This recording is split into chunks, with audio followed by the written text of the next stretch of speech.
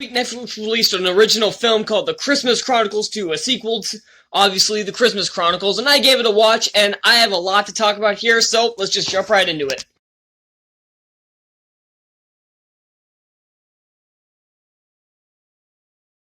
First thing I'm gonna say right off the bat, thank God it's finally December. I cannot wait for this fucking year to end. And I know everybody else feels the same way, so I wanted to just throw that out there right now. We are so close to the end of 2020, and hopefully things keep on track with 2021. And considering they've almost finished a vaccine for COVID, might get things back on track. And movies are going back into theaters. They're starting to trickle back into theaters now. So that we'll probably have more big releases next year, because this year we didn't have that many big releases. We had a lot of minor releases on streaming services, but that helped get this channel going. One thing I will say is that had COVID not happened, this channel probably wouldn't have started. So, silver lining, I guess. Unless you don't like me, in which case. So, yeah, let's jump right into this. So this is obviously a sequel to The Christmas Chronicles, which came out in 2018, and before I get into Christmas Chronicles 2, I should probably give my thoughts on the first one. I really like it. I've only seen it once. I only saw it when it first came out. I don't know why I didn't watch it last year, but I'm definitely rewatching it this year, because watching the second movie made me want to go back and rewatch the first movie for reasons I'll get into later. But I thought it was really good. The characters were all great. I love Kurt Russell, and he is fantastic as Santa. He is hilarious in Christmas Chronicles. And the entire cast does their job well. The story is very unique, and normally I hate the fish out of water kind of stories. Like, normally they just bomb because they have so many bad, like, overused jokes. Like, even Thor, which I'm a huge Marvel fan, even Thor had the same kind of problem. But this one did it very well because it had a very unique idea to it. And I really enjoyed it. I thought it was very good. It was probably one of my favorite Christmas films. Again, I don't watch that many Christmas films, and I've seen a lot of shitty ones, so right there. And yes, I'll be doing this month. It'll probably just be Christmas ones. You know what?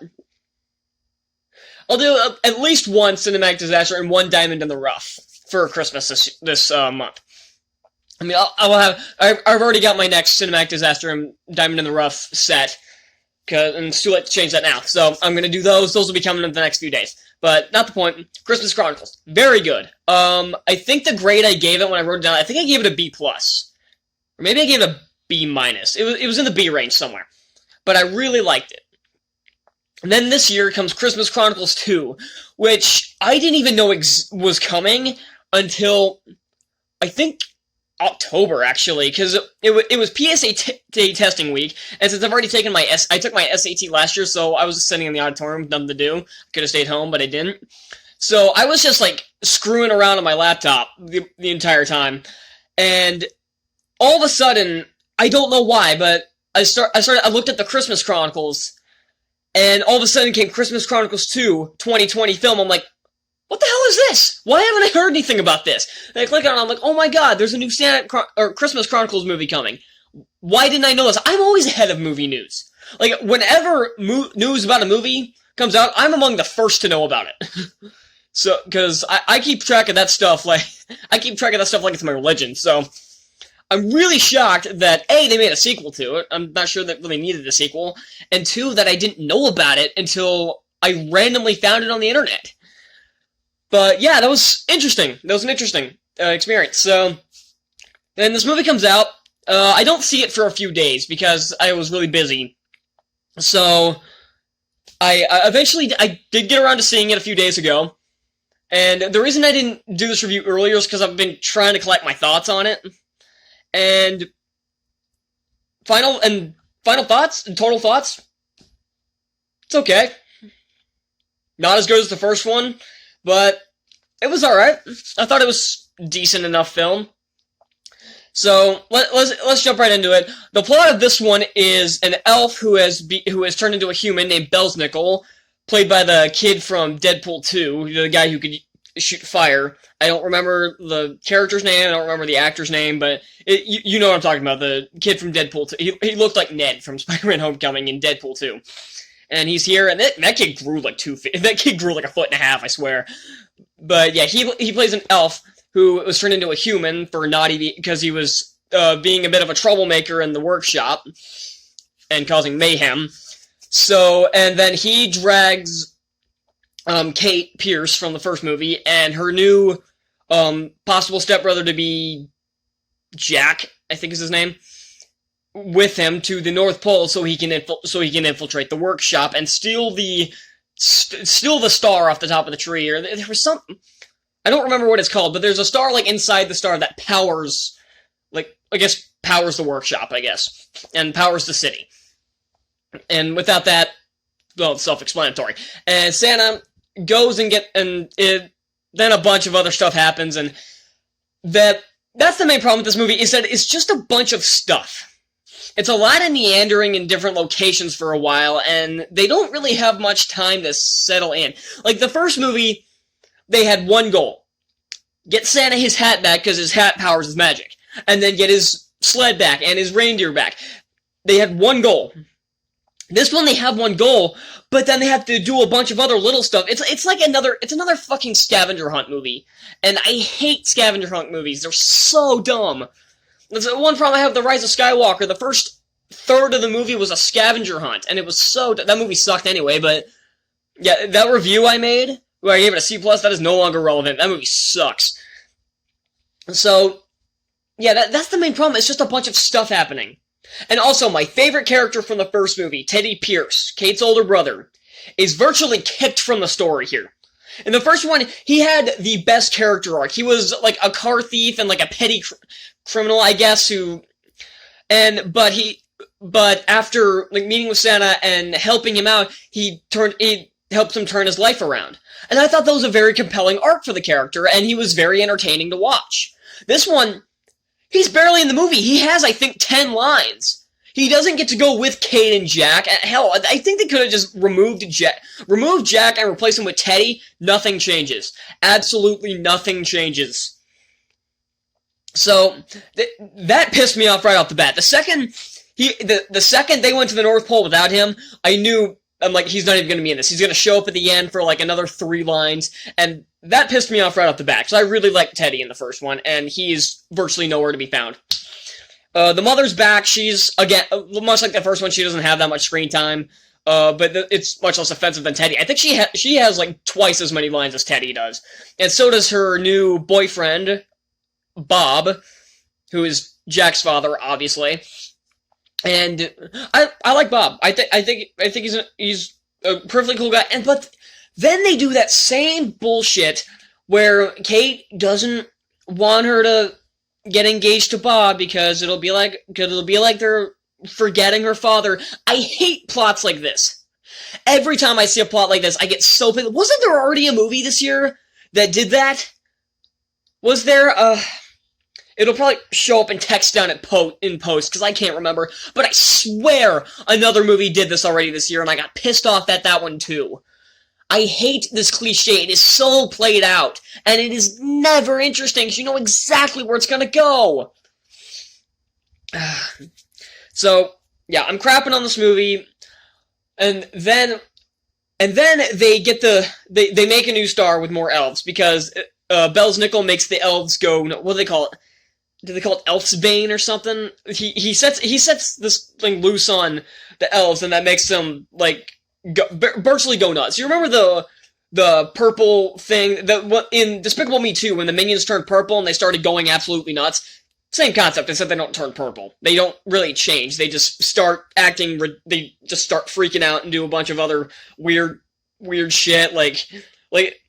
Like, a bunch of them are just, like, they're just, like, causing mayhem. That's the best way to put it. They're causing mayhem.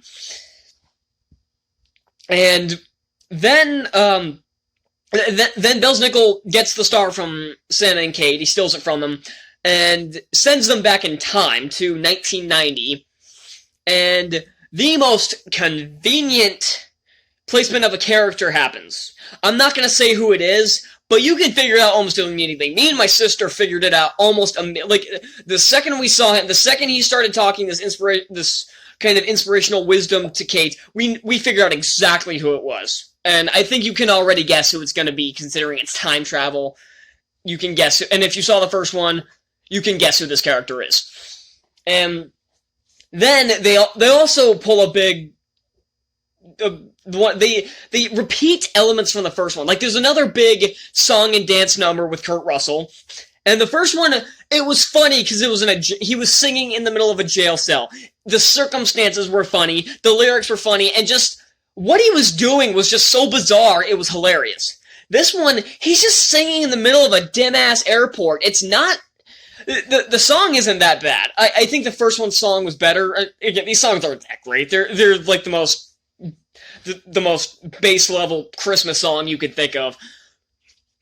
But the first one, it had a charm because you wouldn't expect it. It's like, because it's not a musical. It's like, where the hell did this come from? This is so freaking bizarre.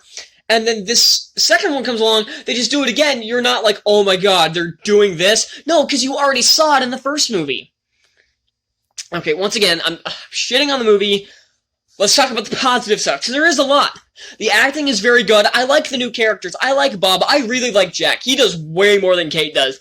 All Kate does is, like, when they're fighting Belsnickel, he makes his own sled. He has these things called, what are they called? Jacker coats it's a mix between a jackal and a coyote. Make of that what you will. CGI isn't great, but they look more like hyenas than they do jackalopes. No, jackalotes. There we go, jackalotes. That's what it is. But they look a lot like hyenas. So yeah, make of that what you will. Another problem I have with this movie, CGI isn't great. It's a Netflix movie, so I can kind of let it go, but it needs to be mentioned. The CGI in the first one wasn't very impressive, but for a Netflix movie, it was pretty passable. This one, for a Netflix movie, is just like, okay. This is just like the special effects just run-of-the-mill streaming movie, which sucks because this movie's directed by Chris Columbus, who has directed films that have spectacular CGI. He directed Harry Potter and the Chamber of Secrets, came out in 2002, and looked phenomenal. Percy Jackson, the Lightning Thief, he didn't direct Steve Monsters. The Lightning Thief has probably some of the best CGI in the industry. 2010, I still don't think it can be topped. $95 million, and it looks perfect. All of that looks realistic. And hate the movie or not, you cannot diss that movie on a production level. That movie is expertly crafted from a production standpoint. Not the point. Video for a different day. And yes, I will be making a video on Percy Jackson. So prepare for that. And no, it's not going to be a cinematic disaster. So, and okay, and then where was I? Oh yeah, the jackalotes. And all Kate does, she's like holding onto the star, and Belsnickel hits them once, and she drops the fucking thing. That's what sets the rest of this bullshit into motion. She drops the fucking... Later on, when they get the star back, he says, this time, guard it with your life. You should have been doing that the first time. But yeah, at the point, Jack does so... He goes off, he fights he goes off to get the cure for Elf's Bane. I'm pretty sure that's what it is. He goes off and gets the thing that's like an ingredient for Elf's Bane. And he goes off, and he goes to town. He fights a Yule cat. I'm not going to try to explain it. It's like some kind of Christmassy cat. It doesn't even look that Christmassy. It looks like a combination of a leopard and Appa from Last Airbender. I don't know.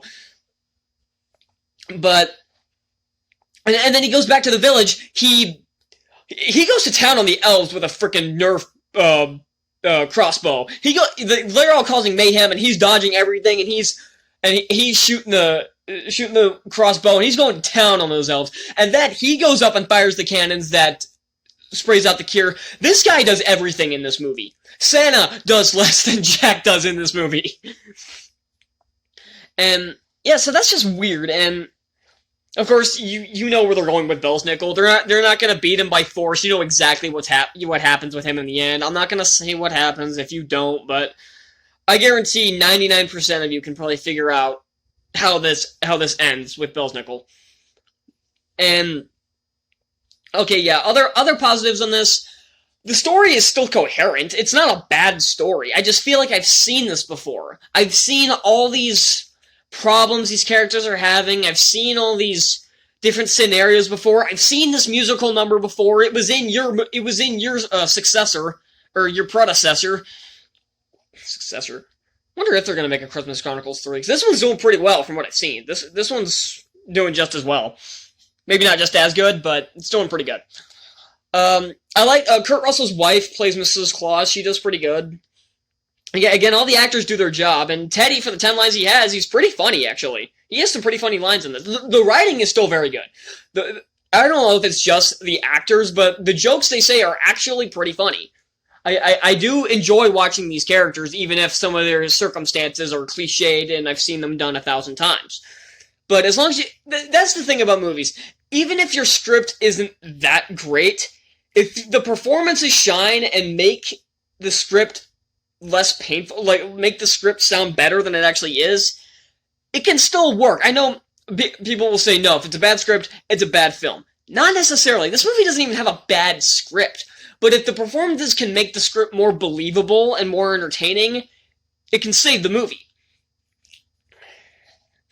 So, yeah, final thoughts. I know this sounds like mostly negativity, because, like, the first 3/4 of this video was negativity towards the film, but I still had a fun time with this.